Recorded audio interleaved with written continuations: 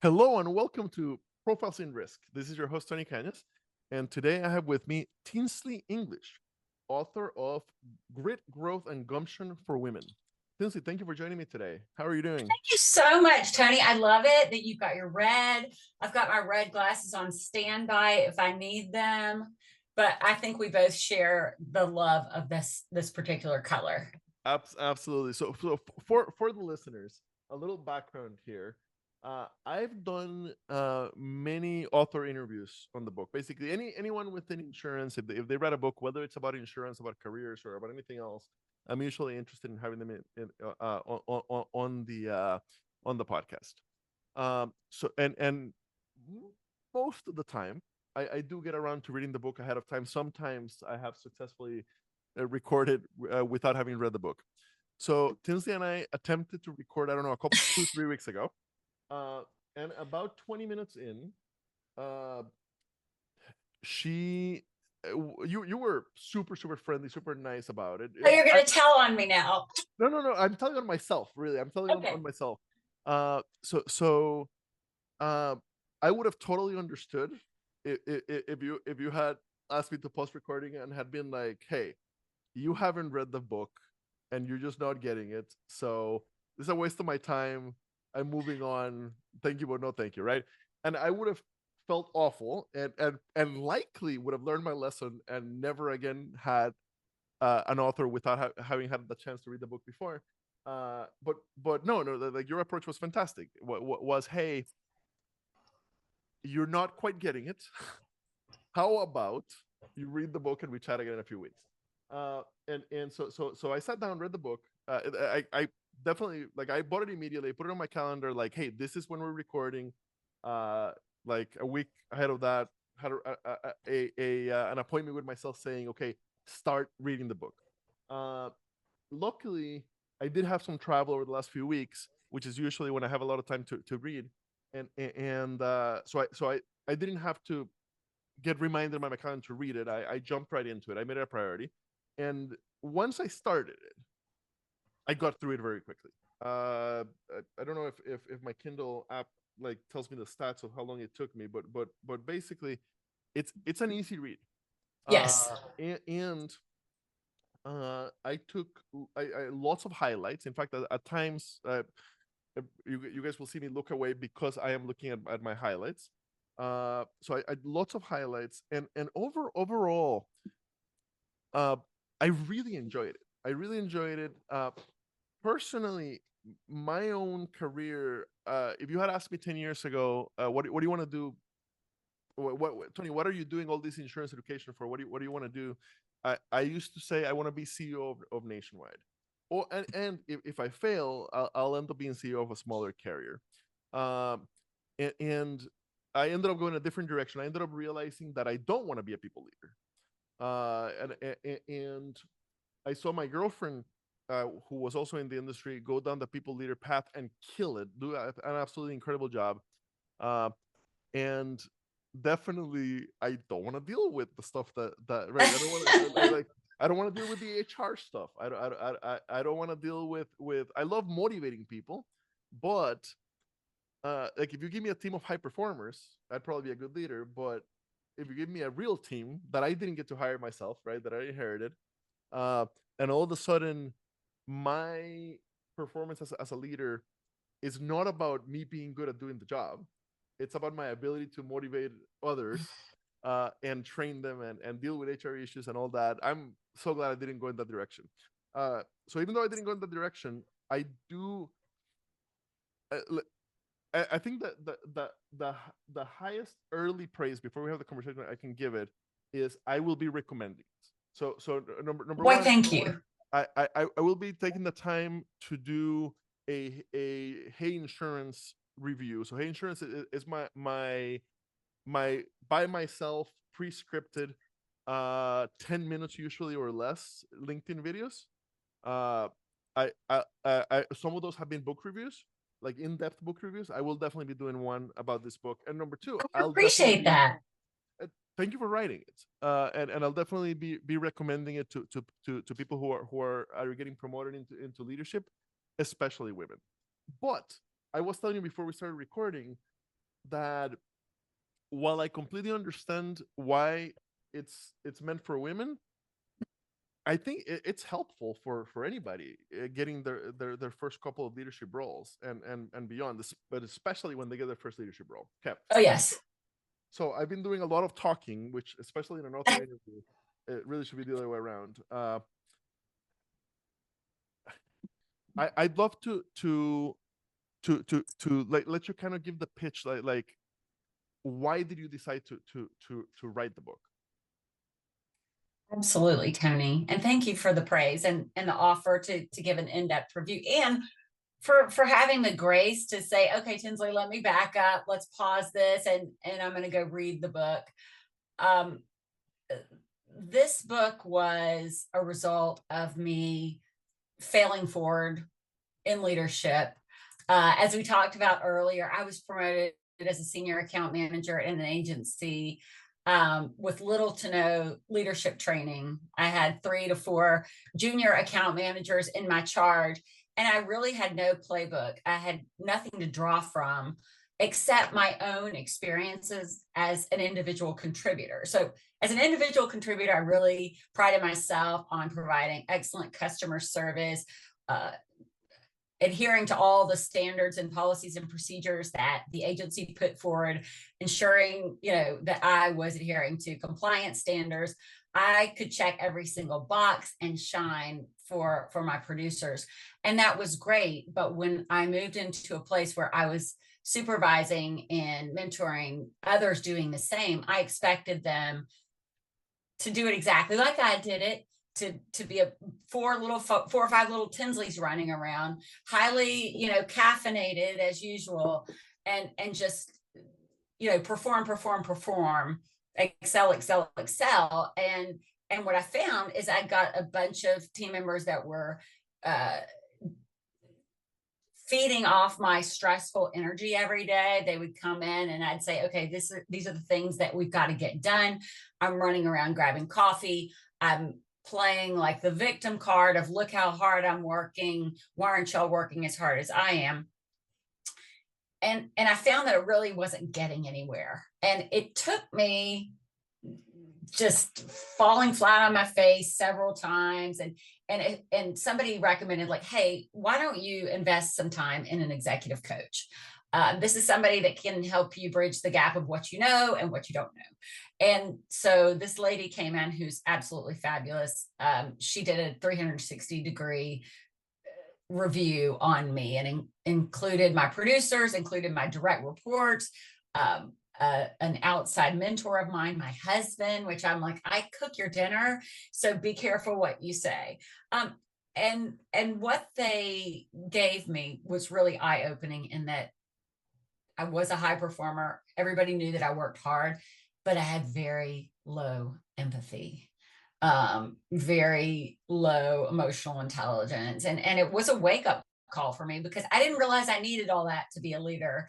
I just thought I needed to be a hard worker. So lesson number 1, hard work will get you far, but it won't get you a tribe of people, a team of people who are willing to go to the fullest for you, to are willing to reach their potential in the organization. So that was a little bit of a long-winded story, but it really was a lesson that I had to learn the hard way. And I wish I had an instruction manual, some simple advice to say, hey, let's address these things that are coming up, so that you're not laying awake in bed at 3 o'clock in the morning wondering what you're doing wrong. Thank you. That's a fantastic intro, and yes to so many things. So the reason you wrote the book reminds me a lot of the reason that I started Insurance Nerds. Insurance Nerds was the resource I wish had been there when I joined the industry, to help me grow at the beginning of my career, to help me understand the industry. It's the beginning of the book. Now, is this the beginning of the book? I have highlighted. If you're ready to lead to lead with confidence, this is the book for you. And it absolutely, having read it, I agree. With that, it definitely achieves that. The and then uh, in the greetings and salutations section, so very early on, before chapter one, this is still introduction. Uh, I'm going to read this verbatim. So quote: "Did Okay. you know that you were born to lead? It's true. As women, we naturally possess the skills that lend to impactful leadership, such as listening, communication, and empathy." I agree with that completely. And the reason I'm reading that quote is because it'll help the listeners understand how the book is written. The book Mhm. is written in very friendly language.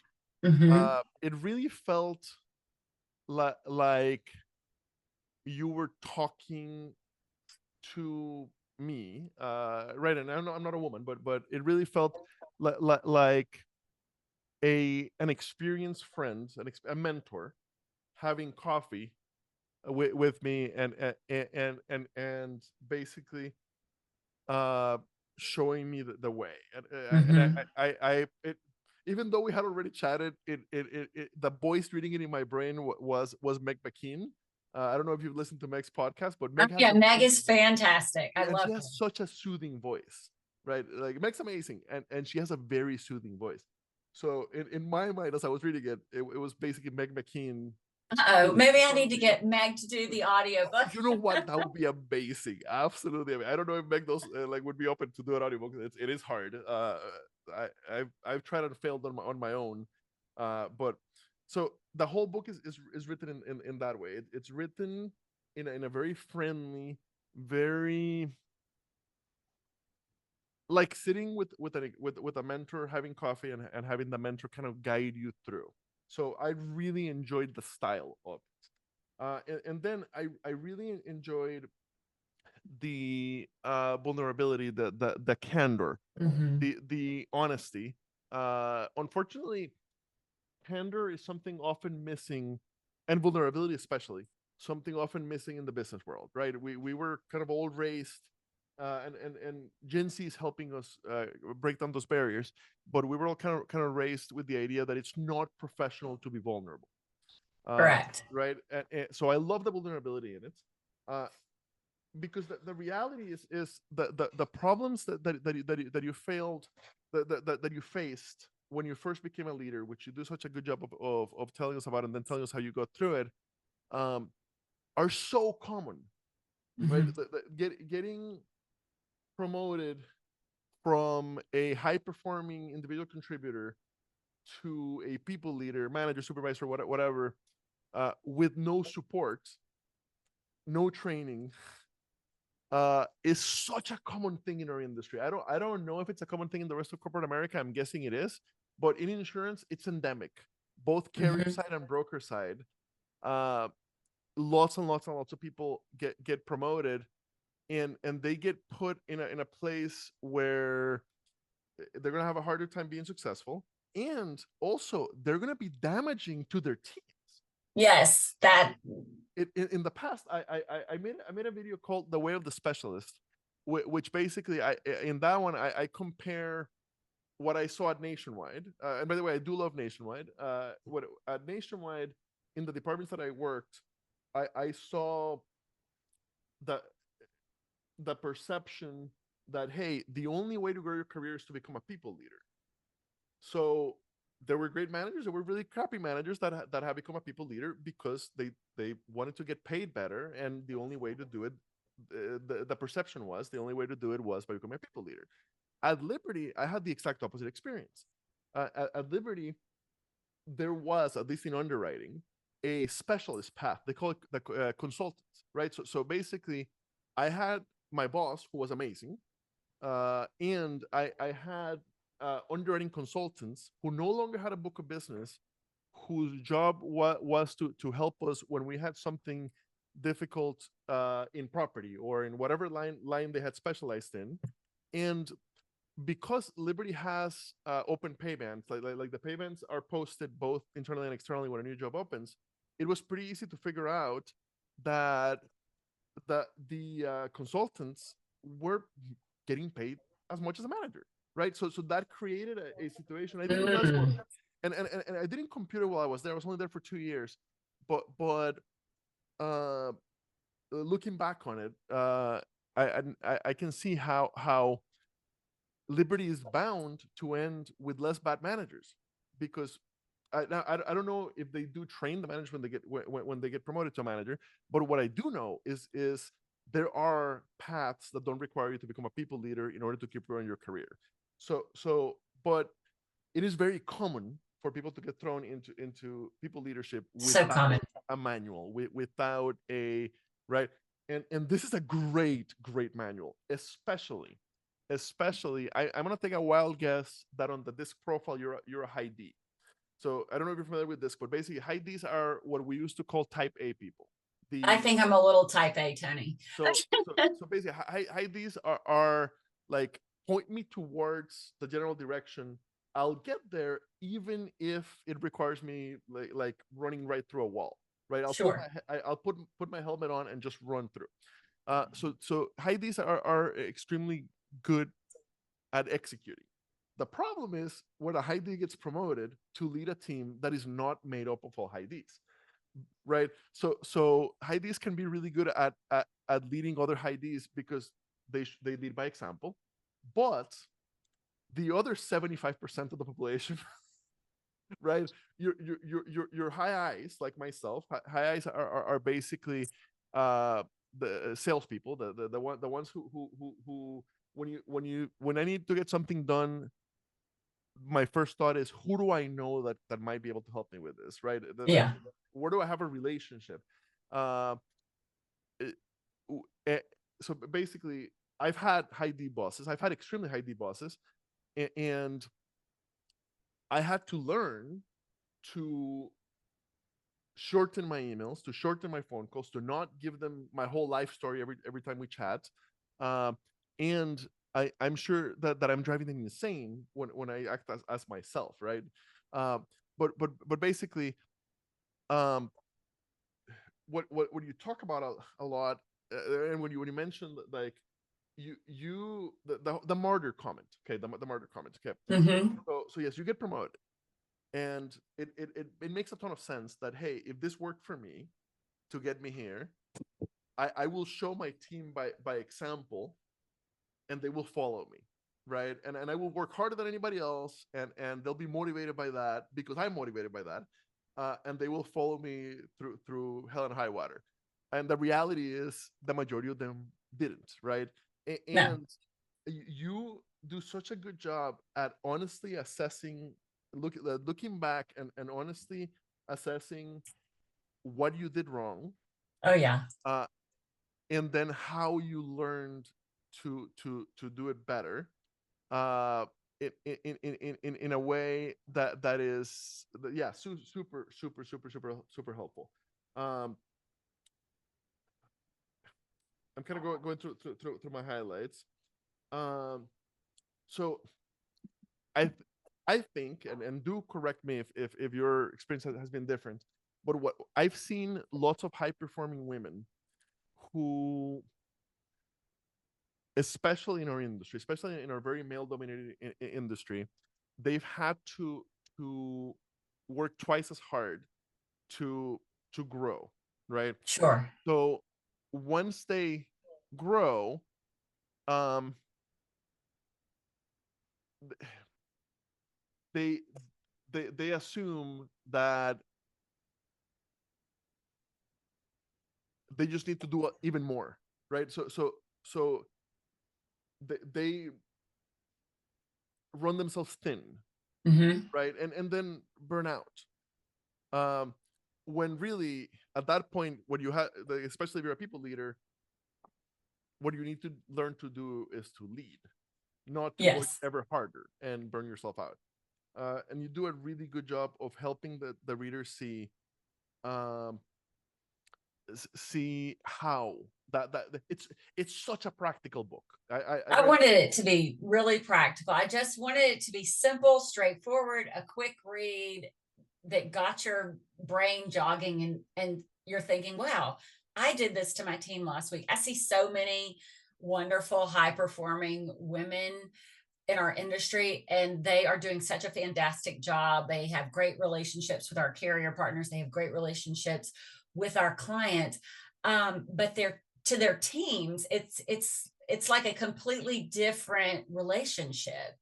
And so what I wanted to really just pull back the covers and say, be the same person to your team that you're being to these clients. You're listening to these clients, you're taking notes. You want to know how these clients want to be spoken to. You want to know exactly what the communication style is for these clients. These carriers know that you're working hard, but you're also give and take that relationship, which is so important with our carrier partners. Be that same person to your team. Like, don't wear a different mask. And also, women are not great about saying, hey, I messed that up too, or I even messed that up last week. We want to personify somebody that's never made a mistake, and or say, well, I had to learn all this on my own. She's going to have to learn it. Like, you would not say that to your daughter. You would not act that way to your sister or a friend. So why would you do that to your team? The vulnerability piece that you brought up, I took a chance on that. I said, I can either write a book that is black and white, it's filled with insurance information and about just a career in insurance, or I can really strip it down to who I am and what I've struggled with. And as you know, I go into some pretty serious health challenges where I was not taking my health as a somebody going through their menopause journey. I wasn't taking that seriously, and my provider wasn't taking it seriously. And I ended up in the emergency room in a near-death situation. And when I was going through that, I had the benefit of having a team that was ready and willing and able to take on that work that I had to put on pause for a minute because I just wasn't able to do it. And, not only was my team around me to support me, to ensure that I was okay emotionally and physically, that team was ready to just step up, and they knew what I needed to get our jobs done. So they were really well equipped. So it was very different from my early on situation where I felt like even if I was in the hospital, I had to be checking my email and making sure nothing was falling through the cracks. I could just take care of myself. And that self-care piece is what I talk about in the grit section of the book. Grit is something that we all feel like it's roll up your sleeves and get the job done. But the piece that's beautiful is the resilience piece. Let's dig into that. First, the you mentioned there was something. Oh, you mentioned how women who reach leadership because of being high individual performers have a hard time being vulnerable, and I get it. Of course, I've never been in that situation, but when I say I get it, what I mean is yes, if you've worked twice as hard to get there, in a male dominated industry, it's so hard to embrace that vulnerability, because it has to feel like you're risking getting found out. There's probably some imposter syndrome in anybody that just got Sure. promoted, but women tend to suffer from that even more than men. So yeah, if you just got promoted for great individual performance, and you've done that by simply running as fast and as hard and as fast towards through the wall as needed, it's so hard to step back and be vulnerable. Mm-hmm. The book is divided into three parts, and you tell us what those three parts are on page 22 of the Kindle version. So part one debunk leadership myths, highlight the challenges that are specific to women. Trigger warning: it is not pretty. I I found myself laughing several times with comments with very honest comments, and that's kind of when it really felt like sitting with you at a table drinking coffee. Okay, then help you pinpoint your North Star goal. We'll definitely talk about that. The concept of the North Star goal is very well developed. I've read a ton of stuff on goals. I'm a big what's it called, the 5 characteristics of the timely, right? I can't remember the right smart goals. I'm a big smart goal guy. Okay, yeah. But this concept was super interesting and very well developed. And then introduce you to a system that is designed to assist you in identifying your barriers and unleashing your power and potential. The practicality of it, you deliver that promise of giving the reader a systematic way to deal with this, that is deeply practical, right? This is not a 450 page theoretical treatise on leadership. It's a very practical, down to earth, very easy to implement. Okay, and then part 2, we explore the keys of grit, growth, and gumption. Provide strategies for each of the elements, and highlight tribal wisdom strategies from women in my G-Force tribe network who are changing the script on female leadership. Okay. When we recorded the first time, this is where I got lost. When you mentioned the other, I believe it's 12 women in the tribe. Yeah. That's where I got confused on how the book is structured.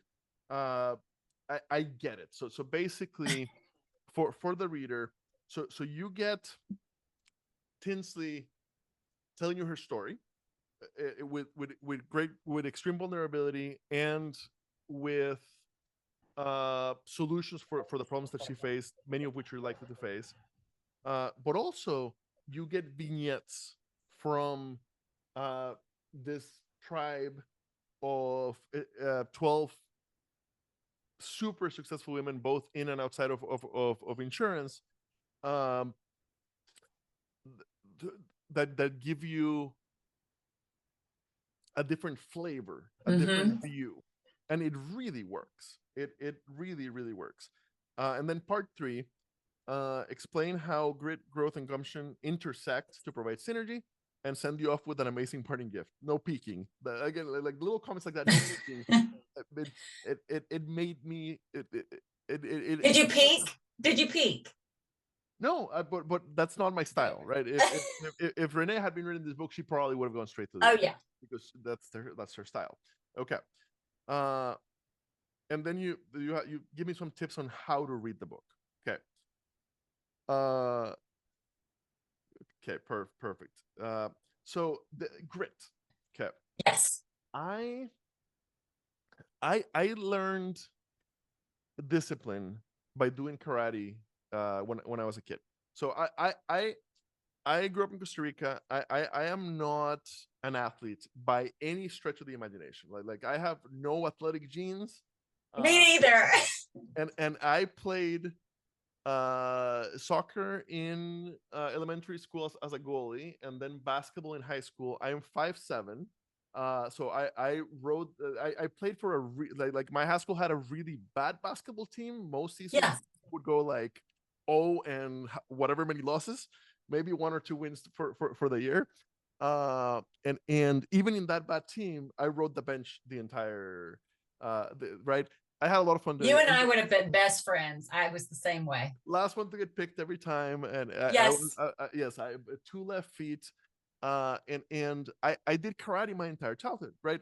Like basically watched Karate Kid when it came out, and it sent me into a karate dojo, and I ended up spending from when I was 4 years old to when I was 18, practiced my entire childhood, but I was never good at it. Okay. I made it onto well, I got my black belt at 12 years old, and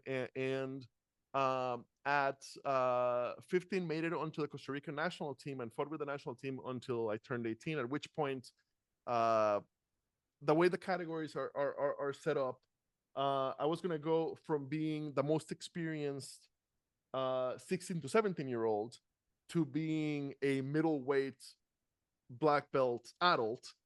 So I retired at that point because I wanted Yes. to keep my teeth and my ribs. Uh, but what I learned was discipline.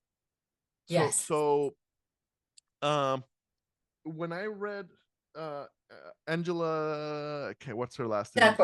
Duckworth. Thank you, Angela Duckworth's Grit. I loved it, absolutely loved it. Um, but it's probably a 400-page book. Yeah, it's it no is joke. right It is for a nerd serious. like me. Grit is a great read, and the ultimate takeaway from Grit is ultimately the only thing that matters is sticking to it. If you stick to it for long enough, you'll probably succeed. However, you also have to learn when to pivot, right? So my sister, my only sister, is 16 years younger than me, and is in med school. She had always been a good student. I had always been a crappy student.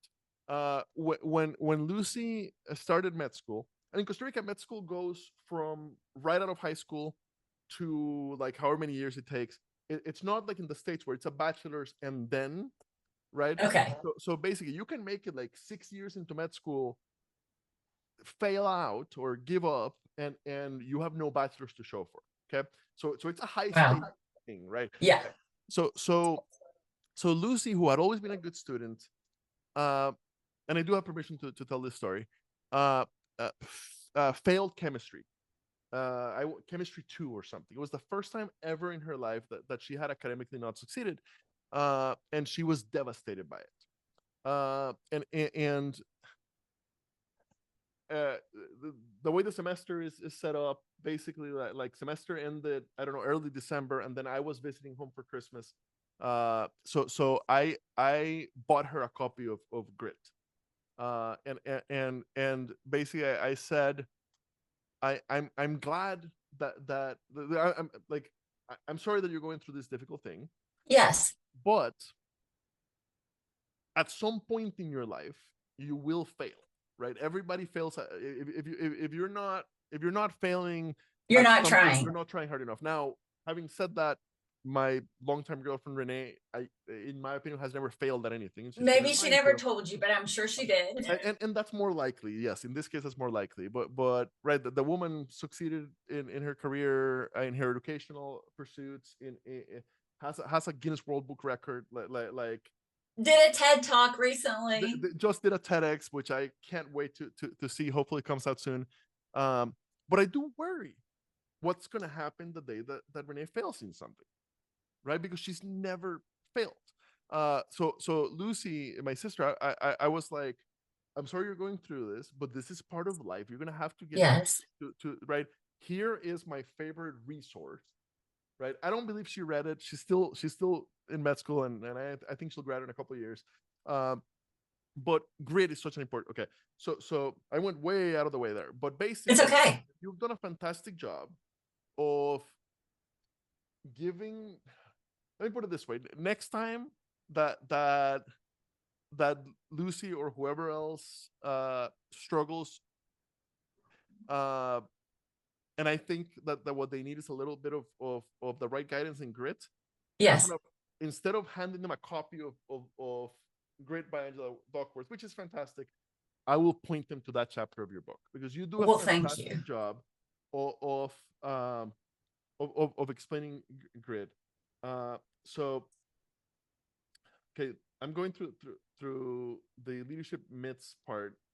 Uh, I have several highlights, but since we're already past that, I'll like people just go read that part. Like literally, it's like 6 pages.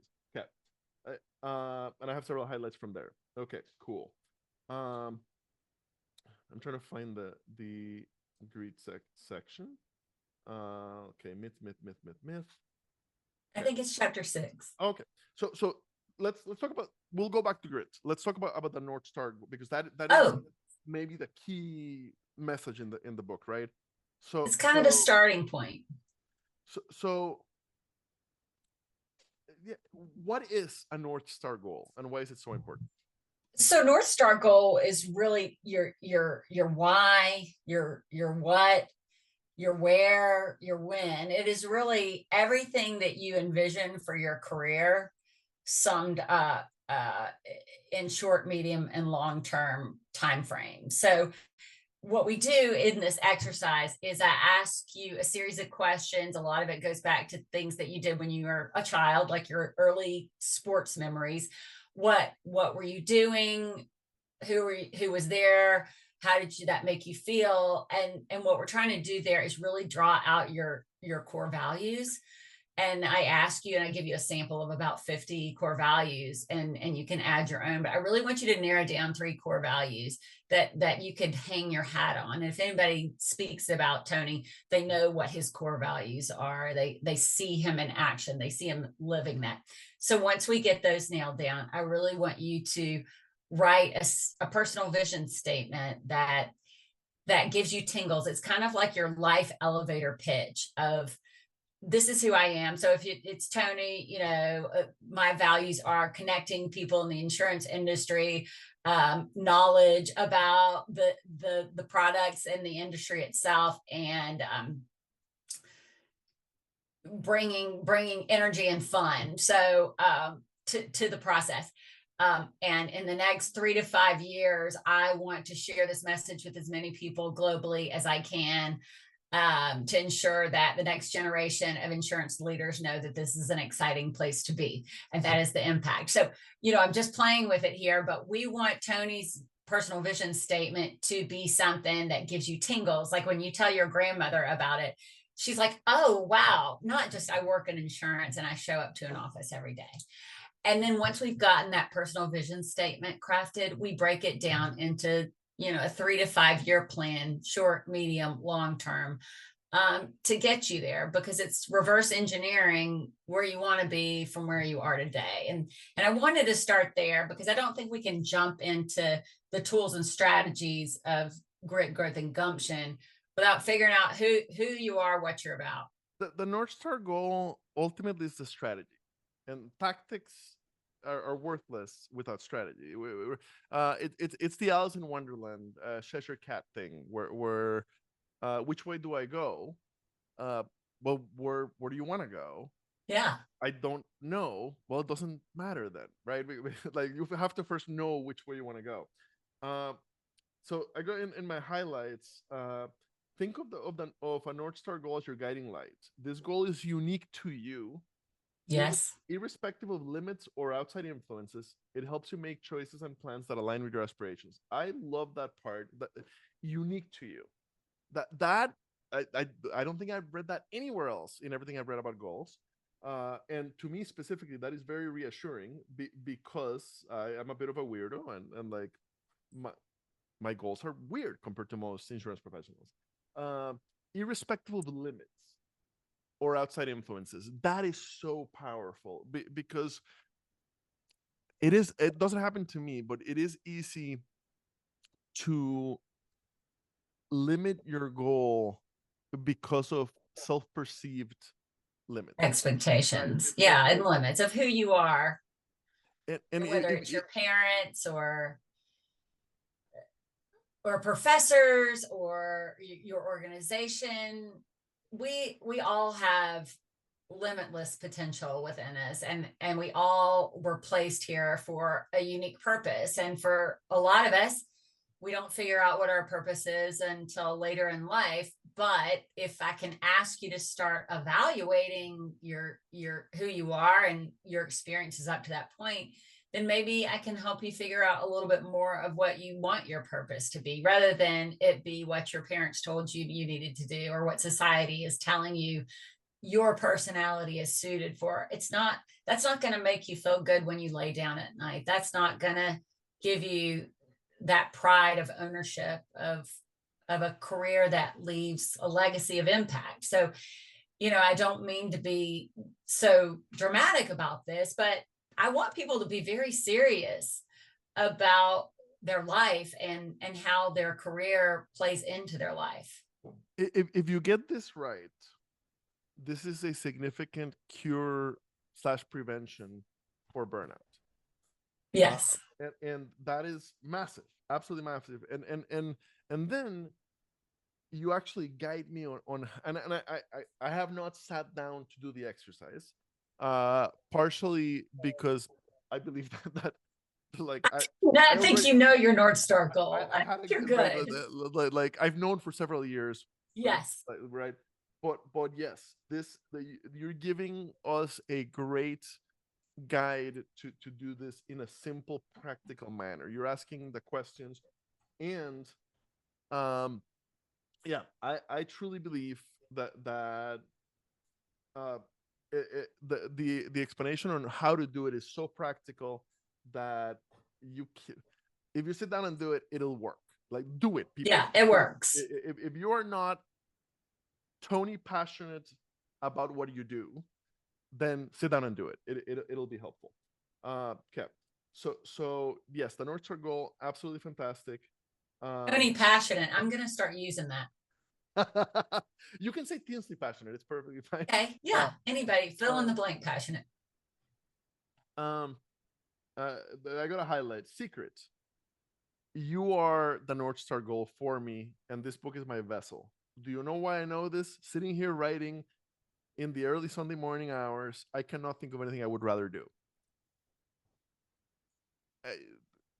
I love the way it's written. Again, it feels like I'm like we're sitting down for coffee, and that is exactly what I have. I very often when I'm recording a podcast, when I am at an insurance conference, when I'm on stage in insurance, when I am um,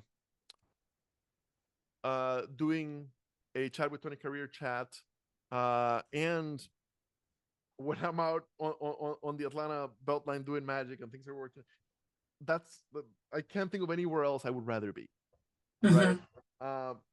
And I wish that for everybody.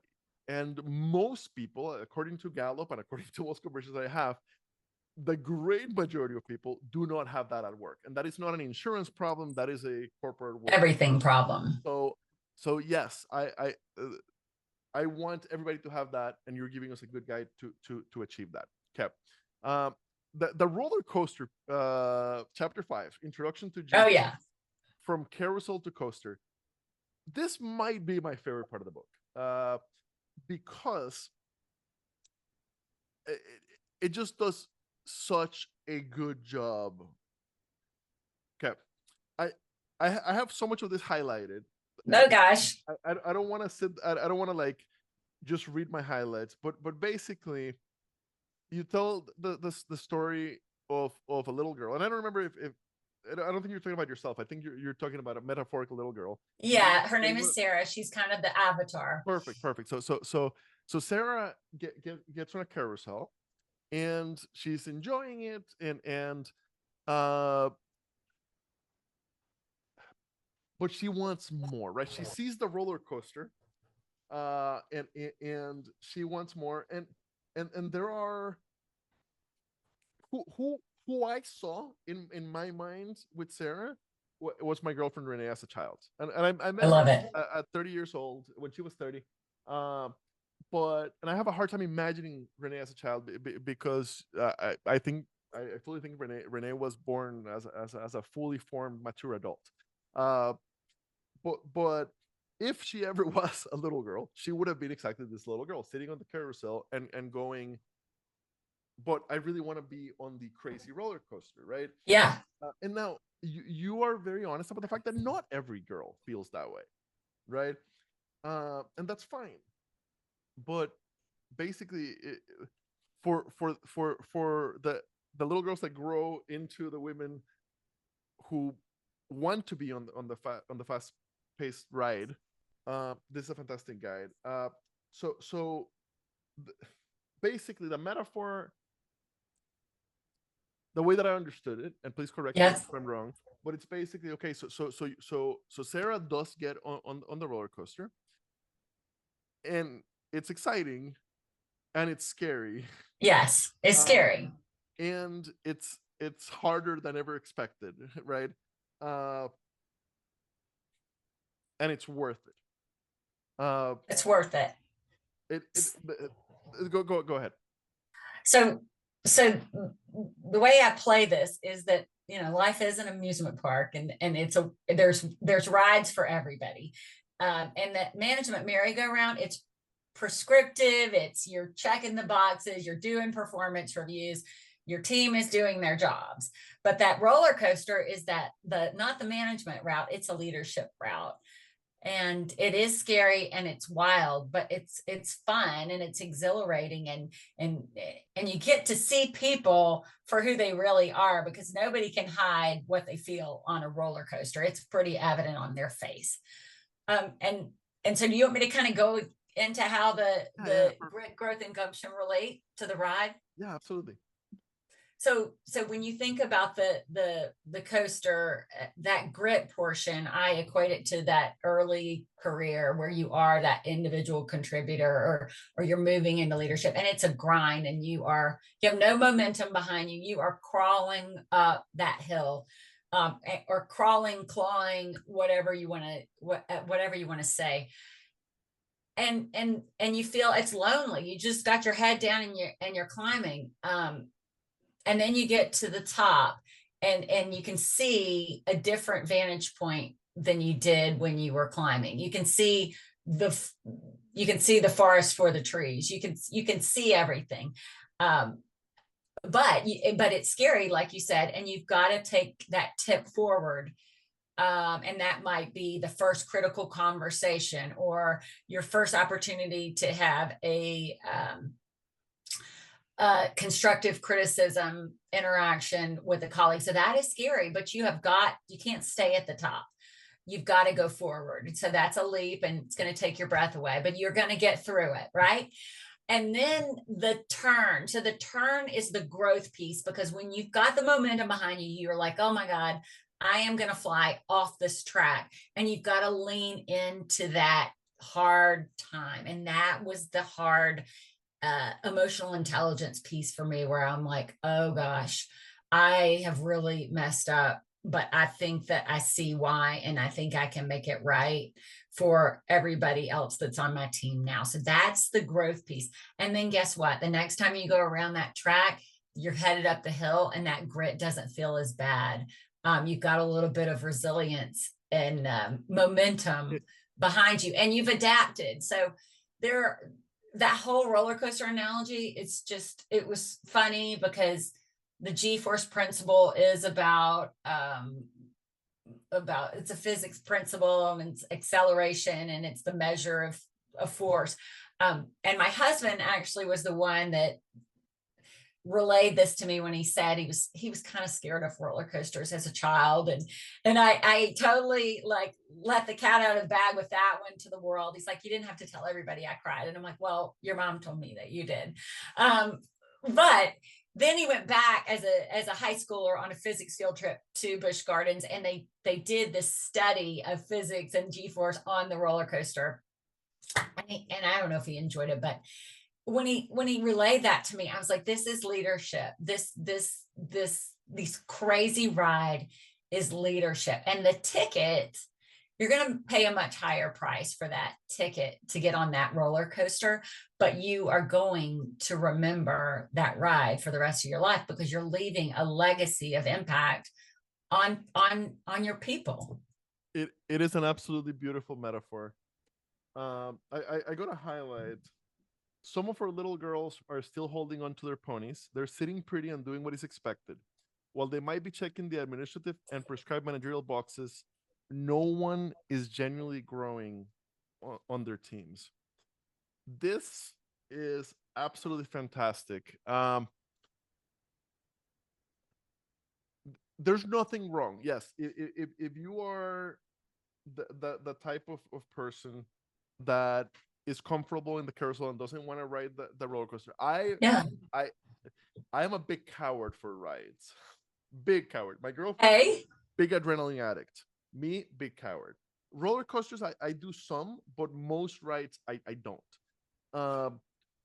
So I'm not judging the people that are not into the ride, but I do love the fact that you call out, and it's not even a call out, that you're honest about the fact that your people are probably probably getting their work done, Sure. but they're probably not growing to where they can grow if you treat it like a carousel and not a roller coaster.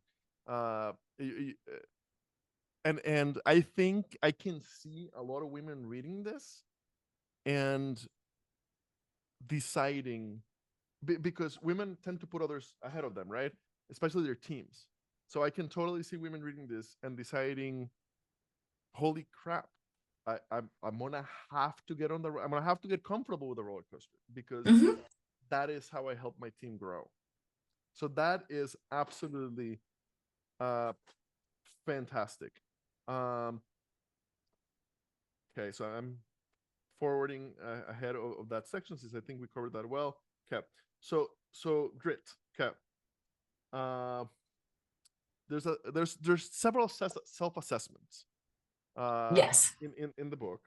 Uh and I didn't sit down and do them, but they do.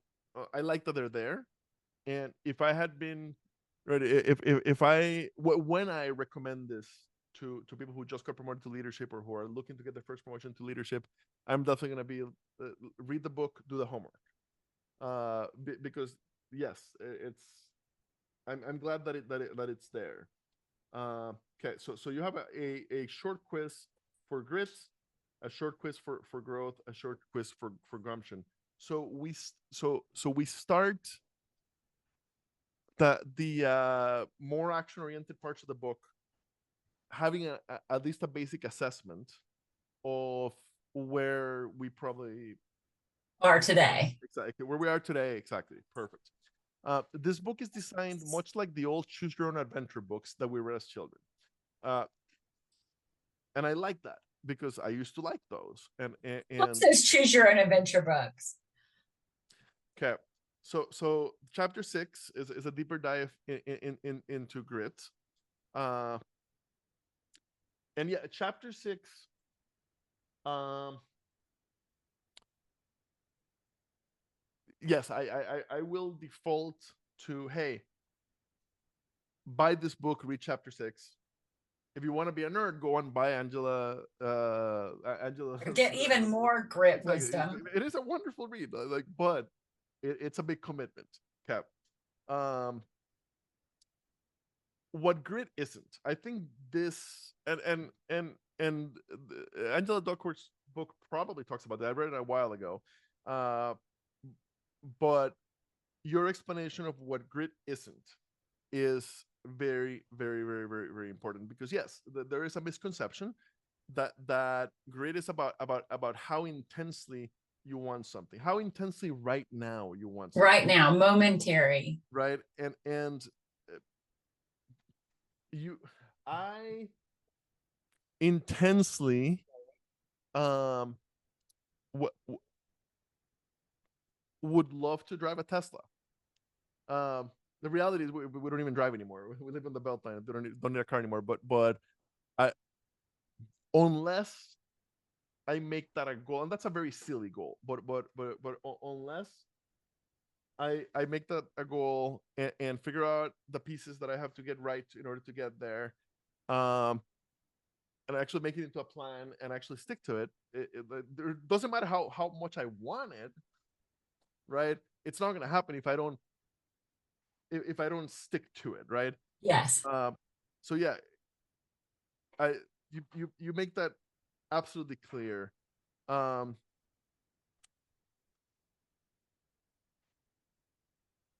grit requires you to show up to the game and play your heart out all 4 quarters and into overtime.